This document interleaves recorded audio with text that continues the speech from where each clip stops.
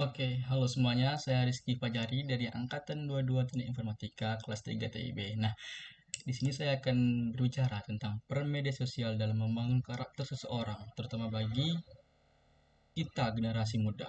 Nah, media sosial ini menjadi bagian penting dari kehidupan kita, di mana setiap harinya kita mengakses platform seperti Instagram, Twitter, TikTok, dan YouTube, dan juga beberapa lainnya. Nah, apa kita tahu bahwa media sosial itu tidak hanya sebagai tempat hiburan, tapi juga bisa membuat karakter seseorang atau kepribadian seseorang menjadi lebih baik.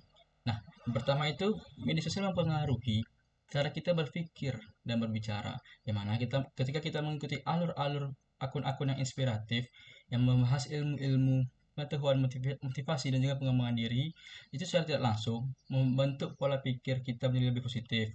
Dan sebaliknya, jika kita mengikuti akun-akun yang memiliki alur-alur yang hal-hal yang negatif, itu akan membuat pembencian terhadap pemikiran kita atau toksik.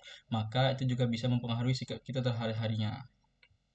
Lalu yang kedua, media sosial juga membentuk kebiasaan dan nilai-nilai. Contohnya, tren berbagi kebaikan atau donasi online bisa menanamkan nilai empati dan kepedulian sosial kita. Dan juga di sisi lain, jika tidak bijak, media sosial juga bisa menumbuhkan sifat pamer, iri hati, dan membandingkan hidup kita dengan orang lain, yang nantinya akan membuat sifat tidak baik sendiri di dalam hati kita itu.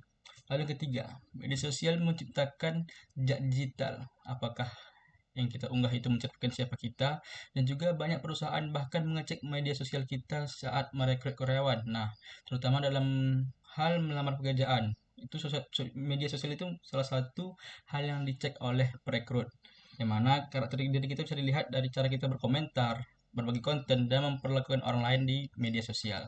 Oleh karena itu, penting bagi kita untuk menggunakan media sosial secara bijak dan bertanggung jawab.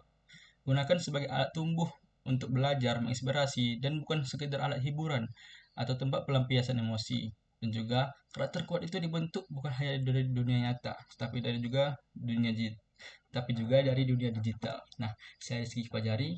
Sekian untuk pembahasan saya hari ini. Terima kasih.